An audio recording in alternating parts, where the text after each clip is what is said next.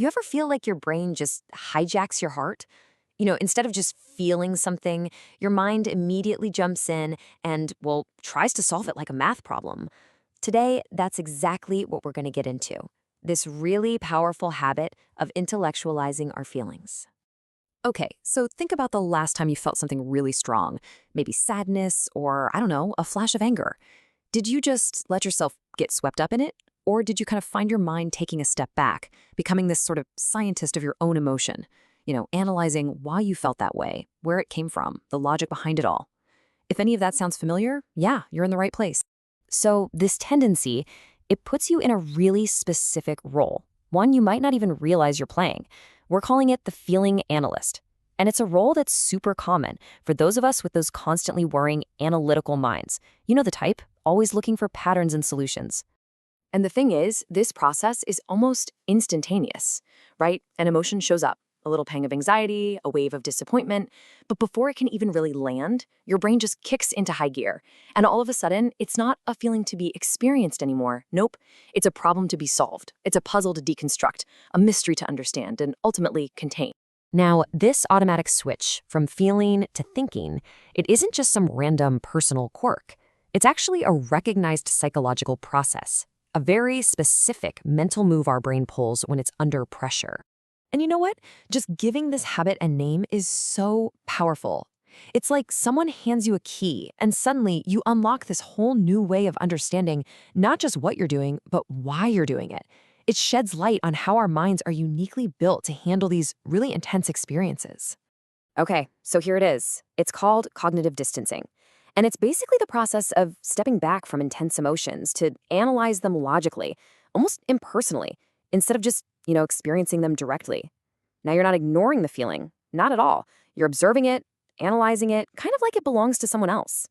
It's this huge shift from being in the emotion to just watching it from a safe distance. But why? Why do we do this? What is the point of keeping our own feelings at arm's length? Well, it turns out this isn't some bug in our system. It's actually a feature, a very clever, deeply ingrained form of self-preservation. And this reframe is absolutely crucial because this behavior, it's not a flaw. It's a function. It's literally a shield. When emotions just feel too intense, too chaotic, maybe too painful to handle head on, the mind steps in with its number one tool, logic, to protect itself from getting totally overwhelmed. And the way it works is surprisingly systematic, and it happens incredibly fast. So step one, an intense emotion arrives. Bam. Step two, almost instantly, your brain switches into analysis mode. Then, that raw, messy feeling gets turned into clean, manageable data points to look at. And the result? Well, the immediate emotional punch is softened, it's reduced, it's made manageable. It's a seriously sophisticated internal defense mechanism when you think about it. Okay, so this brings us to a really important question. Because, let's be honest, society often slaps some pretty negative labels on this kind of behavior, right? We hear things like cold or detached. But what if that common perception has it all wrong? I mean, if this is you, you've probably worried about this. Maybe someone's even called you cold or aloof, or told you you're just out of touch with your feelings.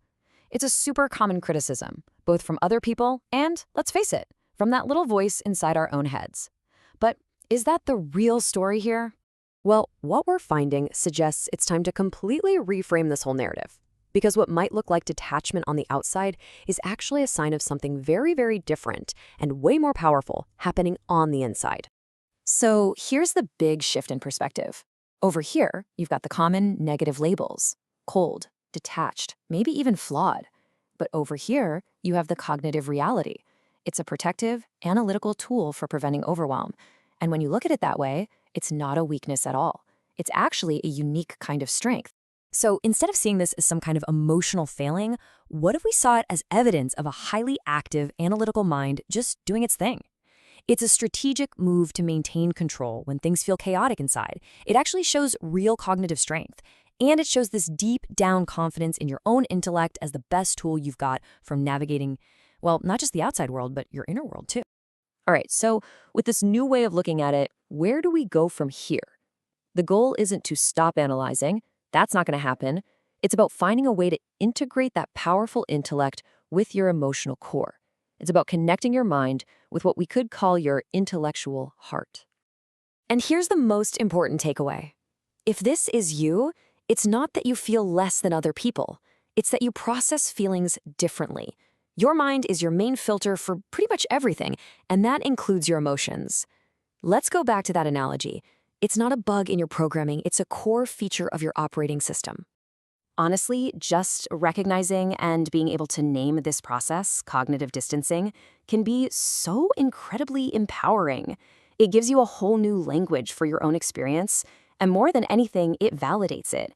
This understanding becomes the bridge, right? The connection point that lets you start to consciously bring together your powerful mind with your equally deep capacity to feel.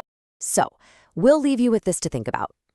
Knowing now that your analytical mind is a shield, that it's a strength and not a weakness, how can you start to honor both parts of yourself?